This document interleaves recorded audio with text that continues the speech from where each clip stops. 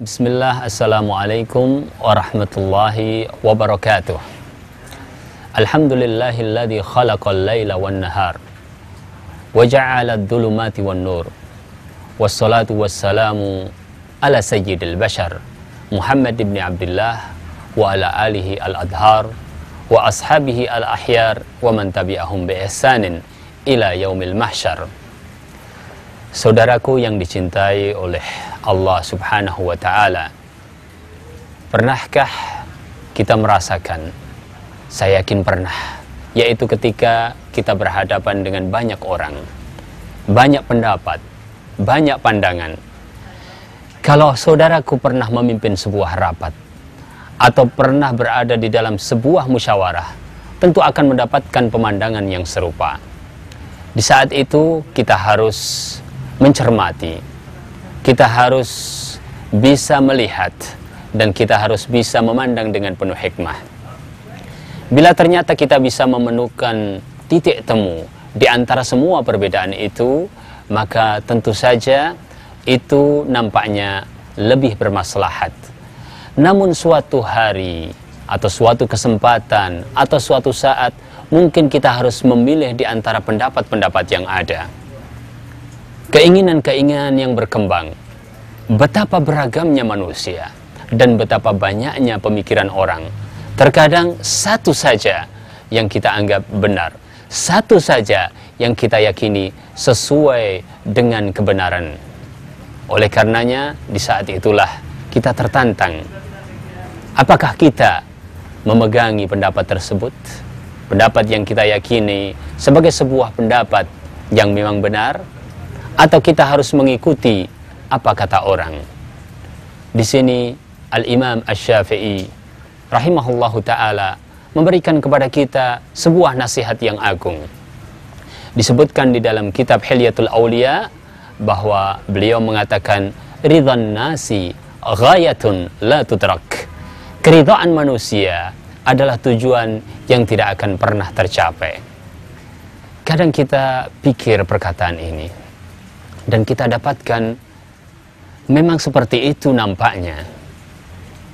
Di dalam satu keluarga saja, antara seorang bapak dengan ibu, dengan anak lelaki, dengan anak perempuan, dengan kakek, dengan nenek, kita mungkin berbeda-beda pendapat. Namun tidak mungkin dalam satu perkara kita mengadopsi semua pendapat tersebut, mengakomodir semuanya, maka kita harus memilih salah satunya. Tentu saja kita berusaha untuk memilih yang paling bagus, yang paling maslahat untuk semuanya, yang paling bermanfaat untuk seluruhnya. Apakah semua rida? Belum tentu semua rida. Apakah semua rela? Belum tentu semua rela. Itu yang kita harapkan, semuanya bisa menerima. Namun di satu waktu kita mendapatkan bahwa keinginan manusia sangat bertentangan. Tidak bisa kita pertemukan antara keduanya. Atau kita tidak bisa menemukan antara berbagai macam pendapat tersebut. Salah satu saja yang harus kita pilih. Disitulah kita harus berusaha untuk menjadi seorang yang hakim. Berusaha untuk menjadi seorang yang lurus, melihat dengan mata hatinya. Apabila itu berkaitan dengan perkara-perkara syariat, berkaitan dengan perkara-perkara halal ataupun haram, berkaitan dengan perkara dituntunkan oleh Allah dan Rasul-Nya atau tidak, maka tentu saja kita hanya memilih apa yang diridhai oleh Allah Subhanahu wa ta'ala. Bukankah kita mencari ridha Allah Subhanahu wa ta'ala? Bukankah kita ingin menjadi orang yang dicintai oleh Allah Subhanahu wa ta'ala? Seperti perkataan salah seorang ulama, laisa sya'nu an tuhibba walakinna sya'na an tuhabba. Permasalahannya bukan engkau bilang aku mencintai Allah, tetapi yang lebih penting dari itu adalah apakah Allah mencintai dirimu atau tidak. Nah, di sini keridhaan Allah Subhanahu wa ta'ala lebih kita pentingkan. Terkadang keridhaan Allah Subhanahu wa ta'ala dalam satu waktu bertentangan dengan keridhaan manusia. Kita berharap tidak terjadi yang seperti itu. Namun kenyataannya kadang-kadang seperti itu. Sebagai contoh, misalnya seseorang sedang mau taat kepada Allah Subhanahu wa taala, tetapi dia mempunyai teman, dia mempunyai sahabat yang menginginkan dirinya untuk tidak berada di dalam ketaatan tersebut. Nah, bagaimana dia harus bersikap? Dia adalah hamba Allah Subhanahu wa taala. Dan keuntungan mencari ridha Allah Subhanahu wa taala adalah keuntungan yang akan dirasakan oleh seseorang baik di dunia ataupun di akhirat. Ada sebuah kisah, suatu hari di majelis Al-Hasanul Basri rahimahullahu taala, seorang tabi'in besar. Dia adalah seorang yang berguru kepada para sahabat Nabi sallallahu alaihi wasallam. Di dalam majelisnya dia mengajarkan ilmu. Dia mengajarkan kebaikan. Tidak keluar dari majelisnya kecuali perkataan-perkataan yang berkaitan dengan hal-hal yang baik, hal-hal yang membersihkan hati, yang membersihkan jiwa. Pun demikian, ada orang yang berkata kepada Al-Hasanul Basri rahimahullahu ta'ala, "Wahai Hasan al-Basri, sesungguhnya ada orang yang duduk di majelismu ini, dia menginginkan sesuatu yang lain. Yuridul waqi'ata fika." Dia ingin untuk mencari kesalahan-kesalahan orang. Maka apa kata Al-Hasanul Basri rahimahullahu ta'ala? Dengan santainya dia menjawab, "Ya hadha, hawwin 'alaika." Saudaraku, tenang saja. Sesungguhnya aku telah mendidik jiwaku agar dia tamak pada surga dan dia mau. Kemudian aku didik jiwaku agar dia tamak menjauh dari neraka dan dia mau.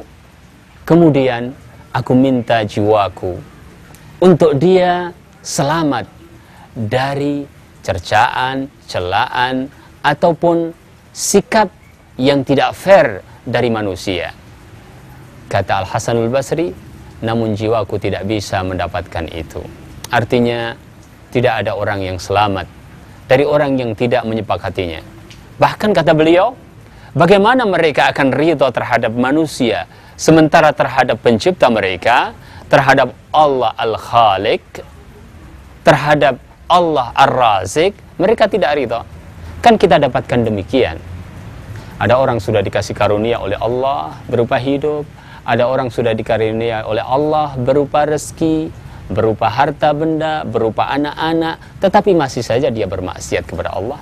Dia tidak ridha terhadap Allah Subhanahu wa ta'ala. Nah, bagaimana kita harus memaksa orang untuk ridha terhadap kita, untuk rela terhadap diri kita, sedangkan bersama Allah Subhanahu wa ta'ala dia tidak ridha. Permasalahannya adalah permasalahan di mana masing-masing orang mempunyai rasa yang berbeda. Namun tentu saja kita harus mempunyai standar kebenaran. Kebenaran itu hanyalah satu. Apabila berkaitan dengan masalah-masalah keduniaan, boleh orang berbeda pendapat dan carilah mana di antara pendapat-pendapat itu yang paling bermanfaat. Demikian pula di dalam permasalahan syariat, di dalam permasalahan keridhaan Allah Subhanahu wa ta'ala, kita mempunyai standar yang jelas. Standar itu adalah standar di mana kita mengikuti wahyu Allah Subhanahu wa ta'ala. Kita ini kan lemah. Akal pikiran kita ini kan terbatas. Pandangan kita ini juga pandangan yang tidak bisa menembus segala sesuatu. Maka Allah Subhanahu wa ta'ala memberikan kemudahan kepada kita melalui petunjuk Al-Quran, melalui petunjuk sunnah Nabi Sallallahu Alaihi Wasallam. Dan disinilah kita dituntut untuk menjadikan keridhaan Allah Subhanahu wa ta'ala adalah yang utama. Kaum muslimin dan kaum muslimat, saudaraku dimanapun Anda berada, suatu hari seorang yang bernama Malik ibnu Dinar rahimahullahu ta'ala mengatakan kepada saudaranya, "Mundu ana a'rifun nas," semenjak aku mengenal manusia, "la ubali bimadhihim wa madhammatihim." Aku tidak begitu peduli tentang pujian mereka, tentang celaan mereka. Maka ditanyakan kepada beliau rahimahullah, "Kenapa engkau tidak peduli dengan pujian dan celaan mereka?" Kata beliau, madihuhum mufarritun, orang yang memuji kadang-kadang berlebihan, dhammuhum mufarritun, dan orang yang mencela kadang-kadang juga berlebihan. Itulah yang terjadi. Kita dapatkan ketika kita bergaul, ada orang-orang yang suka berlebihan. Kalau mendapatkan satu idola tertentu, subhanallah, semuanya diarahkan kepadanya. Seakan-akan tidak ada yang pernah salah pada dirinya. Dan seakan-akan yang keluar darinya, ucapannya, tingkah lakunya, gaya berpakaiannya, semuanya adalah sesuatu yang diagungkan, dipuja-puja. Demikian juga kelemahan manusia. Apalagi kalau kita berbicara tentang orang-orang yang saling berseteru, ya. Ada orang-orang di mana ketika mendapatkan kekurangan pada saudaranya, bahkan pada temannya, belum kalau kita berbicara kepada lawannya, maka dia itu berlebih-lebihan di dalam mencelanya. Sesuatu yang tadinya kecil, kesalahan yang biasa menjadi besar dan menjadi sesuatu yang tidak bisa kemudian disikapi dengan biasa saja. Padahal beberapa kesalahan kecil yang mungkin bisa terlupakan dengan berlalunya waktu. Tapi itulah kadang-kadang kita dapatkan ada orang-orang yang di dalam mencela saudaranya, di dalam memaknai kesalahan yang timbul dari saudaranya, dia berlebih-lebihan. Maka benar kira-kira apa yang dikatakan oleh Malik ibnu Dinar, bahwa ya kita tidak perlu untuk kemudian terlalu terpengaruh oleh orang yang memuji atau orang yang mencela. Al-Imam Asy-Syafi'i juga menasihati kita di dalam masalah ini. Kembali di dalam buku yang sama, yaitu buku Hilyatul Auliya, Al-Imam Asy-Syafi'i rahimahullahu ta'ala mengatakan, likulli ahadin muhibbun wa mubghidun. Setiap orang itu ada orang yang menyukainya, ada orang yang membencinya, ada orang yang memujanya, ada orang yang mencelanya, ada orang yang merasa suka dengannya, ada orang yang merasa tidak suka dengannya, ada orang yang merasa cocok dengannya, ada orang yang tidak merasa cocok dengannya. Itu adalah fitrah manusia, di mana mereka berbeda-beda dan mempunyai pandangan yang berbeda-beda. Tapi kata Imam Asy-Syafi'i yang terpenting, kalau engkau mendapatkan demikian, maka yang terpenting adalah kita bersama orang-orang yang taat kepada Allah Subhanahu wa ta'ala.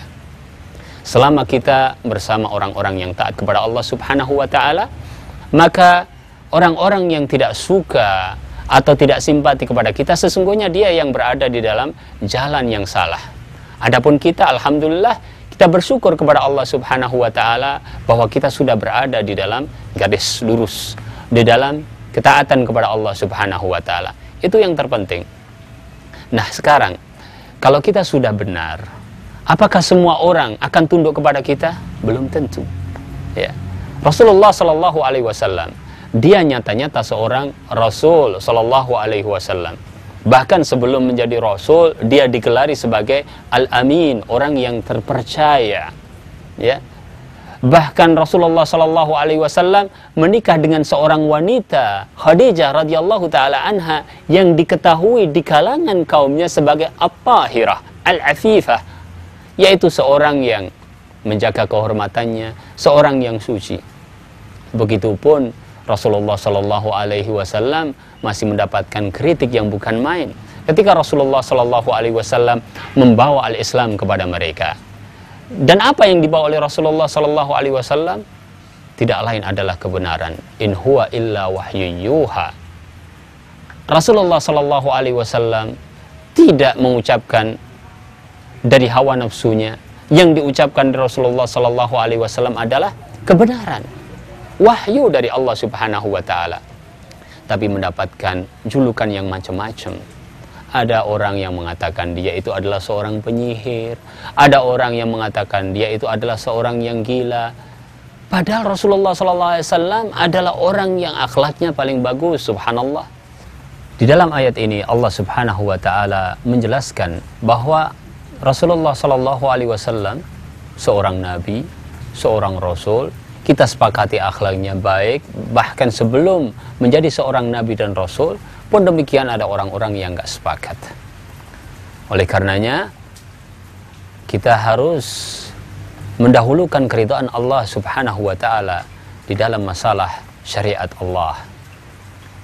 Dan ada sebuah nasihat juga dari Rasulullah Shallallahu Alaihi Wasallam yang disampaikan oleh Aisyah radhiyallahu taala anha kepada Muawiyah. Bayangkan di kalangan para sahabat Nabi, ya, antara Aisyah radhiyallahu taala anha dengan Muawiyah radhiyallahu taala anhu terjadi komunikasi, saling nasihat menasihati, saling melengkapi. Maka kata Aisyah, sami'tu Rasulullah sallallahu alaihi wasallam yaqul, aku mendengar bahwa Rasulullah sallallahu alaihi wasallam bersabda, manil tamasa ridallahi bisakhatin nas kafallahu mu'natan nas. Barang siapa yang mencari keridhaan Allah meskipun manusia murka terhadapnya, maka sungguh Allah akan mencukupkan gangguan manusia itu terhadapnya. Namun sebaliknya, wamanil tamasa ridhan nas bisakhatillah, dan barang siapa yang mencari keridhaan manusia, yang mencari kerelaan manusia terhadapnya, yang mendahulukan semangat untuk mencari kerelaan manusia terhadapnya meskipun Allah subhanahu wa ta'ala murka, maka sungguh Allah subhanahu wa ta'ala akan serahkan dia kepada manusia. Padahal manusia sangat banyak, padahal manusia sangat bermacam-macam. Maka sungguh nasihat ini adalah nasihat yang baik dari seorang teman kepada teman yang lainnya, dari seorang sahabat kepada sahabat yang lainnya, dan dari seorang Rasul kepada umatnya. Hadis ini disahihkan oleh Al-Imam Al-Albani rahimahullahu ta'ala. Kaum muslimin dan kaum muslimat, saudara-saudaraku yang dirahmati oleh Allah subhanahu wa ta'ala, jika kita telah tahu bahwa keridhaan Allah subhanahu wa ta'ala adalah yang pertama dan paling utama, maka harusnya kita menerima kebenaran dari manapun itu berada. Saya ambilkan sebuah contoh. Kalau kita tersesat di dalam sebuah jalan, kita tidak tahu kemana kita akan mencapai alamat yang kita tuju dengan jalan yang benar. Kita tahu kita akan mengunjungi satu orang bernama Fulan bin Alan yang tinggal di suatu tempat dengan alamat demikian dan demikian. Namun kita tidak tahu jalan karena berbagai jalan dan kita kebingungan. Kemudian datang kepada kita seorang anak kecil yang dia sudah bisa membedakan mana yang baik, mana yang buruk. Datang kepada kita dan mengatakan, saya tahu rumah Bapak Fulan bin Alan. Saya tahu persis karena saya bermain dengan Bapak itu setiap hari. Marilah saya tunjukkan. Mungkin kita akan percaya, ya, tanpa kita ragu-ragu. Dan mungkin kita akan mengikuti anak itu untuk mencari rumah Bapak Fulan bin Alan, ya. Kenapa? Karena kita yakin bahwa dia membawa berita yang benar. Demikian juga di dalam masalah-masalah yang lain, ya. Kita tidak tahu tentang ilmu komputer misalnya. Ada yang mengabarkan kepada kita tentang komputer yang kita miliki adalah komputer yang performanya sangat rendah. Kalau alasannya adalah ABCD. Karena kita tahu bahwa dia adalah seorang sarjana komputer, dan kita tahu bahwa dia mempunyai praktek-praktek yang banyak dalam masalah ilmu ini, kita mempercayai dia.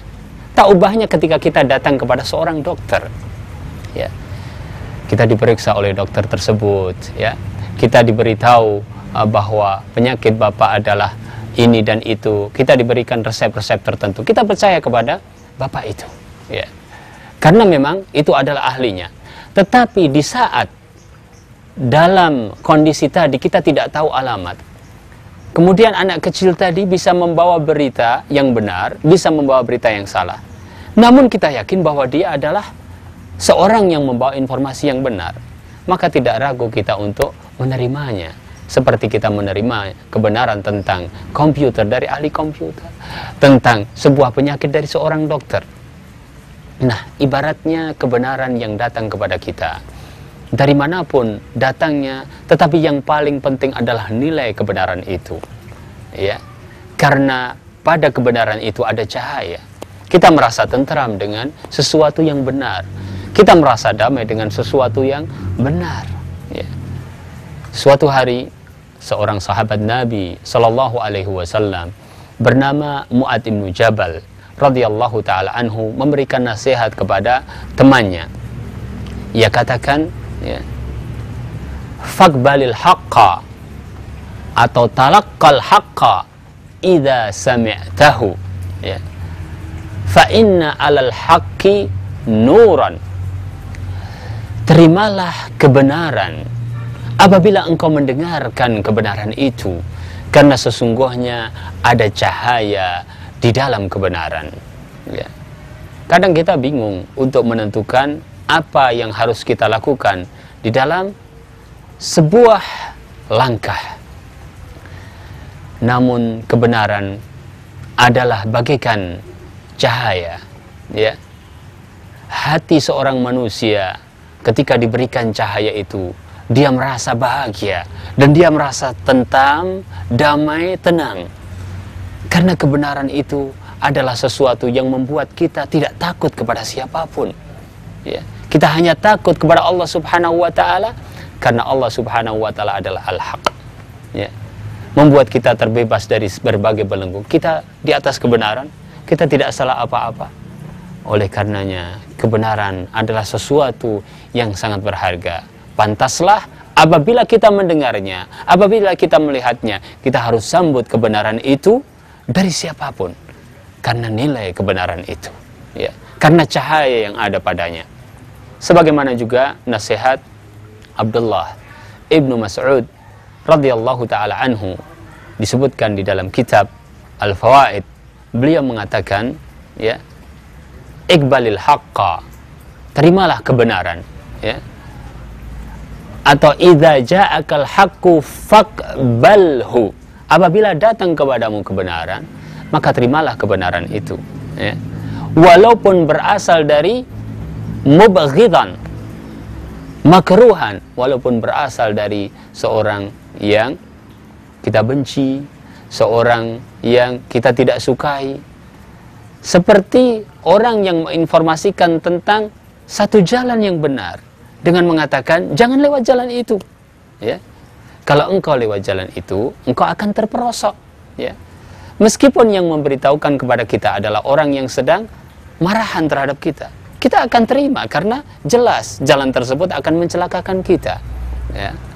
Sebaliknya, kalaupun kata Abdullah ibnu Mas'ud berasal dari habiban mahbuba, dari seorang yang kita cintai, dari seorang yang kita sukai, namun informasinya adalah informasi yang membuat kita celaka.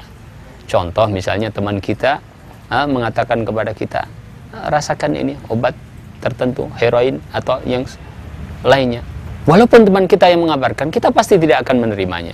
Maka kata Abdullah ibnu Mas'ud radhiyallahu ta'ala anhu, kalaupun kebenaran itu berasal dari orang yang kita tidak sukai, namun kita tahu bahwa itu adalah kebenaran, kita terima. Sebaliknya, jika kesalahan yang dibawa walaupun oleh teman kita, oleh orang yang kita sukai, maka jangan sekali-kali diterima. Ini adalah sebuah kaidah yang sangat penting agar kita tidak terjerumus ke dalam kekeliruan di dalam bersikap. Dan ini ditunjukkan oleh Allah Subhanahu wa ta'ala dalam surat An-Naml ayat 34. Disebutkan di dalam tafsir Adwa al-Bayan karya Muhammad Amin Al-Shinkiti rahimahullahu ta'ala, yaitu tentang firman Allah Subhanahu wa ta'ala, ya, yang menceritakan Maliku Saba, Ratu Saba. Apa yang dia katakan? Qalat innal muluka idza dakhalu qaryatan afsaduha wa ja'alu a'izzata ahliha adillatan. Sesungguhnya umumnya para penguasa apabila memasuki sebuah negeri, mereka membuat kerusakan di dalamnya dan menjadikan orang-orang yang tadinya itu berada di dalam kehormatan menjadi orang-orang dalam keadaan hina.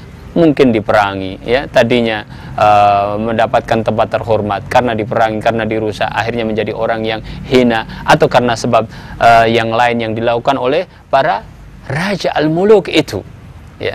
Apa firman Allah Subhanahu wa taala di akhir ayat tersebut?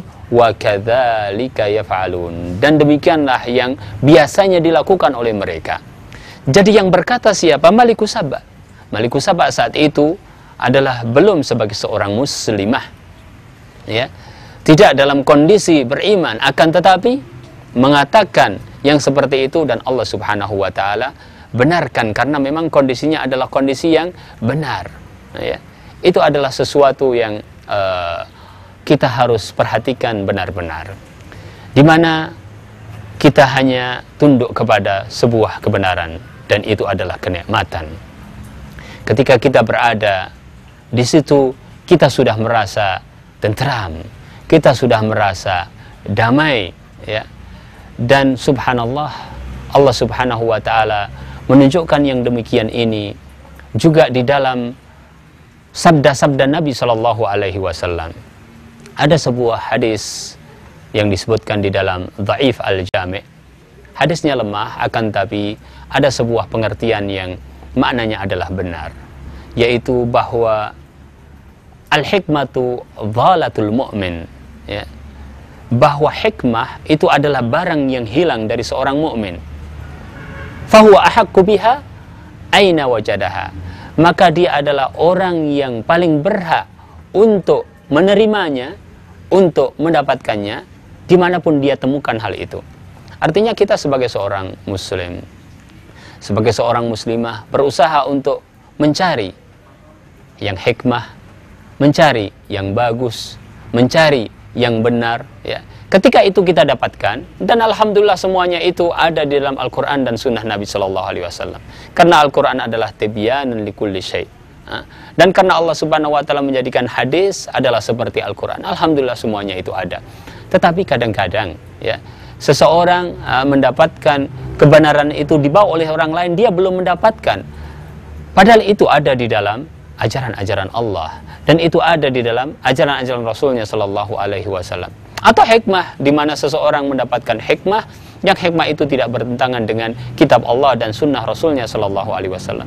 Maka kita ikuti kebenaran itu, ya, karena itu adalah sesuatu yang sangat indah, karena itu adalah sesuatu yang sangat baik. Nah, bahkan kita tahu di dalam sejarah ada seorang bernama Hajjaj bin Yusuf. Hajjaj bin Yusuf adalah seorang yang zalim, penguasa yang zalim, penguasa yang bahkan membunuh para ulama, bahkan sahabat Nabi Sallallahu Alaihi Wasallam. Namun suatu hari ketika dia mengatakan sebuah perkataan dan ternyata mengandung kebenaran, Hasan al-Basri merasa heran terhadap apa yang dikatakan oleh Hajjaj bin Yusuf ini. Apa yang dia katakan? Innam ra'an, sesungguhnya seseorang apabila menggunakan satu saat saja di dunia ini untuk selain kebaikan, fahuwa ahaqqu, maka dia itu sangat berhak untuk melihat kerugian pada hari akhirat kelak. Ini kan perkataan yang benar, ya. Perkataan yang lurus, meskipun muncul dari seorang penguasa yang zalim. Maka pantas kalau kemudian Al-Hasanul Basri merasa heran dan takjub terhadap perkataan ini, karena ini adalah perkataan yang benar. Kaum muslimin dan kaum muslimat yang dirahmati oleh Allah Subhanahu wa taala, kita telah tahu bahwa keridhaan Allah adalah utama.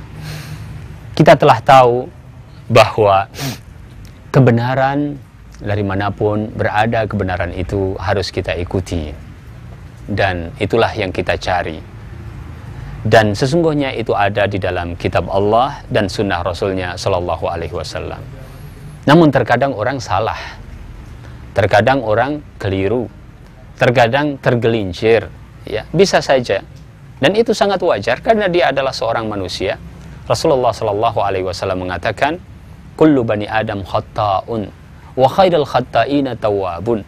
Setiap bani Adam dia pasti melakukan kesalahan, kekeliruan, dan sebaik-baik orang yang salah, sebaik-baik orang yang keliru adalah orang yang bertaubat. Allah bahkan mencintai orang-orang yang bertaubat. Innallaha yuhibbut tawwabin wa yuhibbul mutatahhirin. Sesungguhnya Allah mencintai orang yang mengaku salah, bertaubat, dan menyukai orang-orang yang mensucikan diri. Nah, dalam kondisi seseorang keliru, tergelincir, terjerumus, salah, ya, mungkin orang bermaksiat kepada Allah Subhanahu wa Ta'ala, minum minuman keras, mungkin orang meninggalkan salat, mungkin orang durhaka kepada kedua orang tuanya, ya, mungkin orang tidak amanah, keliru, dia alpa, dia terjatuh, entah apa sebabnya, dirinya, lingkungannya, atau apapun. Dan demikian pula di dalam sikap terhadap syariat. Dia memegangi syariat, dia mempunyai pendapat, ya, dia mengungkapkan sebuah pernyataan, ternyata dia keliru. Suatu saat, oh ternyata saya keliru, ternyata saya salah. Apa yang dilakukan? Sebagai seorang muslim, pengakuan di hadapan Allah Subhanahu wa Ta'ala adalah yang terbagus. Bukankah Adam alaihissalatu wassalam mengaku di hadapan Allah Subhanahu wa Ta'ala? Dia seorang nabi, dan dia sudah dinasehati dengan nasihat oleh kalam ilahi. Namun dia terjatuh, dia keliru, maka dia mengaku di hadapan Allah Subhanahu wa Ta'ala, Rabbana zalamna anfusana wa illam taghfir lana wa tarhamna lanakunanna minal khasirin. Ya Allah, kami menzalimi diri-diri kami, dan apabila Engkau tidak mengampuni dosa-dosa kami, maka niscaya kami termasuk orang-orang yang merugi. Ya, lanakunanna minal khasirin. Dia mengaku di hadapan Allah Subhanahu wa Ta'ala. Ini adalah sesuatu yang hebat, sesuatu yang dikehendaki di dalam syariat. Apabila seorang salah, maka dia kembali. Di dalam satu pendapat juga demikian, ya. Suatu hari dikisahkan oleh Abdurrahman bin Mahdi, ya. Abdurrahman bin Mahdi rahimahullahu ta'ala bersama gurunya. Dia dalam pengurusan sebuah jenazah. Kemudian dia bertanya kepada gurunya tentang sebuah masalah. Kemudian dijawab oleh gurunya apa yang ditanyakan olehnya. Kemudian setelah dipikir-pikir, kata Abdurrahman bin Mahdi, nampaknya tidak seperti itu. Maka dengan penuh adab dia ingatkan gurunya, nampaknya tidak seperti itu wahai guruku, dan perkataan yang sejenisnya. Apa kata gurunya? Idan arji'u ilal haqqi wa ana saghirun. Kalau begitu, aku akan kembali kepada yang benar. Apa yang kamu katakan bahwa itu yang benar dan itu memang kenyataannya benar, aku ikuti kamu. Ya. Wa ana saghirun, dan aku hina di bawah kebenaran. Ya. Kebenaran adalah di atasku. Itu yang dikatakan. Kemudian dia mengatakan, la an akuna dzanaban fil haqqi khairun li min an akuna ra'san fil batili. Aku menjadi ekor pengikut di dalam kebenaran lebih aku cintai daripada aku menjadi kepala di dalam kekeliruan dan kebatilan, ya, kata beliau rahimahullahu ta'ala. Dan ini adalah sesuatu yang menjadi pelajaran paling penting buat kita, di mana seseorang lebih menyukai kebenaran walaupun dia tidak termasuk kepala, ya, tapi yang jelas dia berada di dalam jalur yang sudah sahih, ya, daripada dia menjadi kepala tapi justru dalam kebatilan, waliyadzubillah, ya, malah menjadi orang yang paling utama di dalam kejahatan ataupun kesalahan, waliyadzubillah. Mendingan jadi orang pengikut tapi di dalam kebenaran. Ini yang dikatakan olehnya. Kaum muslimin dan kaum muslimat yang dirahmati oleh Allah Subhanahu wa ta'ala. Dan ini adalah sesuatu yang kita warisi dari para ulama kita, ya. Kita warisi dari Nabi Muhammad sallallahu alaihi wasallam, ya. Di dalam kisah literatur sejarah Islam, kita mengenal ada kekhilafahan Abbasiyah. Di antara khalifah-khalifah Abbasiyah itu ada yang bernama Al-Mansur.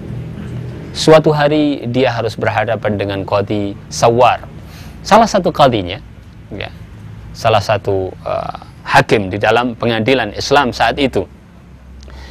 Mereka berada di dalam sebuah masalah, yaitu sengketa tanah, Ya, terjadi sengketa tanah antara seorang panglima dengan seorang pedagang. Ya. Maka kata khalifah bahwa hendaklah engkau wahai qadhi berikan tanah itu kepada panglima. Ya. Maka sebagai seorang qadhi dia berusaha untuk objektif.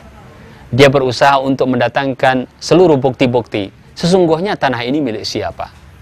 Dan di dalam penelitiannya, dia mendapatkan bahwa tanah itu adalah milik seorang pedagang ini, saudagar. Ya.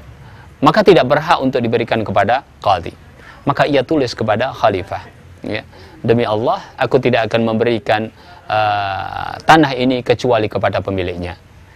Karena bukti-bukti menunjukkan bahwa itu milik seorang pedagang, seorang saudagar ini, ya dia berikan kepada itu dan tidak diberikan kepada seseorang meskipun dia yang mempunyai jabatan panglima.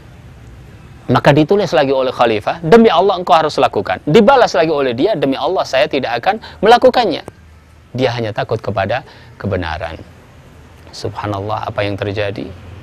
Khalifah mengatakan, mala'taha adlan.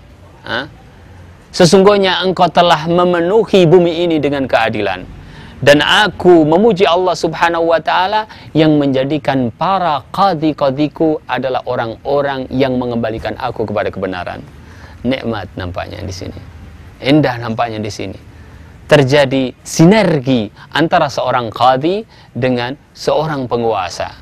Ya. Maka di dalam hal itu kebenaran bisa muncul dengan tegak dan kebatilan akan sirna. Wa qul ja'al haqqu wa zahaqal batil innal batila kana zahuqa. Ya. Kita adalah orang-orang yang ingin menuju kebenaran itu. Berada istiqomah di atas jalan Allah Subhanahu wa taala. Kita juga mencontoh para sahabat-sahabat Nabi sallallahu alaihi wasallam. Dan ini adalah mahal, ya. Tidak setiap orang bisa di sini untuk melakukannya. Namun Allah subhanahu wa ta'ala memberikan balasan yang agung. Dan kalau orang-orang besar bisa melakukannya, kenapa kita tidak bisa melakukannya? Kalau seorang Rasul bisa melakukannya, kenapa kita tidak bisa melakukannya? Kalau para sahabat bisa melakukannya, kenapa kita tidak melakukannya? Kalau Umar bin Khattab radhiyallahu ta'ala anhu melakukannya, kenapa kita tidak melakukannya? Ada sebuah kisah berkaitan dengan Umar bin Khattab radhiyallahu ta'ala anhu. Suatu hari ia melihat bahwa kondisi sosial mengalami perubahan dan para wanita kemudian menaikkan mahar-mahar mereka. Kita tahu problematika pernikahan adalah problematika yang harus kita selesaikan. Ya, kita harus mempermudah untuk menikahkan antara seorang lelaki dengan seorang perempuan dan mengajarkan dalam waktu yang sama tanggung jawab, ya. Dan ini adalah permasalahan yang harus kita pikirkan bersama, di mana cobaan buat kaum muda dan kaum mudi harus kita carikan solusi. Apabila ada seorang yang saleh bertemu dengan seorang yang salihah, kenapa kita tidak dinikahkan? Kenapa kita tidak bantu mereka? Hal itu terjadi di zaman Umar bin Khattab radhiyallahu taala anhu, di mana ada satu fenomena para muslimat mendapatkan mahar yang berlebih, mendapatkan mahar yang banyak, dan ini dikhawatirkan akan mempengaruhi. Maka Umar bin Khattab melihat ada satu kebijakan yang harus dicanangkan. Kebijakan itu adalah membatasi mahar. Ya. Di saat mulai dilakukan sosialisasi akan diadakannya kebijakan ini, ada seorang wanita muslimah berkata kepada Umar bin Khattab radhiyallahu taala anhu, ya. Kata dia, wahai Umar, kenapakah engkau membatasi mahar sementara Allah subhanahu wa ta'ala mengatakan wa ataitum ihdahunna qintara, dan engkau berikan kepada salah seorang di antara wanita-wanita itu yaitu emas yang banyak. Ya, tidak ada batasan di dalam agama Allah subhanahu wa ta'ala. Meskipun Nabi sallallahu alaihi wasallam menyebutkan juga bahwa aisaruhunna mahran aktsaruhunna barakatan, sebagaimana yang dikatakan oleh Nabi Shallallahu Alaihi Wasallam, maknanya barang siapa yang lebih mudah maharnya, maka lebih besar barokahnya. Ini yang dikatakan oleh Nabi Shallallahu Alaihi Wasallam. Namun apabila orang mau mendapatkan mahar yang banyak, sementara Allah Subhanahu Wa Taala mengatakan wa ataitum ihdahunna qintara, artinya tidak ada pembatasan di sini. Maka apa yang dilakukan oleh Umar bin Khattab? Apakah Umar bin Khattab mengeluarkan istimbat fikih untuk mendukung pendapatnya? Tidak. Sederhana saja. Umar bin Khattab radhiyallahu taala anhu ketika melihat bahwa itu adalah kebenaran dan itu adalah ayat Allah Subhanahu wa taala, kalam Allah Azza wa Jalla yang turun untuk manusia ini dan menjadi peraturan untuk manusia ini, maka Umar bin Khattab radhiyallahu taala anhu mengatakan, akhta'a rajulun wa asabat imra'atun. Ya, seorang lelaki telah keliru dan seorang perempuan telah berlaku benar. Umar bin Khattab keliru dan kemudian wanita tersebut benar. Maka Umar bin Khattab kembali kepada kebenaran itu dengan sangat mudahnya, ya, dengan legowo, dengan menerima bahwa itulah yang harus dia ikuti. Subhanallah, ada contoh yang sangat baik. Kaum muslimin dan kaum muslimat yang dirahmati oleh Allah Subhanahu wa taala, apa yang kami sampaikan adalah 3 perkara di sini. Perkara yang pertama, bahwa keridhaan Allah adalah utama dan keridhaan manusia adalah sesuatu tujuan yang tidak akan pernah kita capai. Perkara yang kedua, apabila kita tahu sebuah kebenaran, dari manapun datangnya kebenaran itu, maka hendaknya kita terima, karena kebenaran itu adalah cahaya yang akan menerangi kehidupan kita. Kemudian yang ketiga, apabila suatu saat kita terjatuh dan tergerincir dalam kesalahan, diingatkan oleh orang, maka segeralah kembali kepada kebenaran, karena berarti kita diberikan kesempatan untuk menuju keselamatan. Inilah yang kami sampaikan, semoga bermanfaat. Subhanakallahumma bihamdik, asyhadu an la ilaha illa anta, astaghfiruka wa atubu ilaik. Wassalamualaikum warahmatullahi wabarakatuh.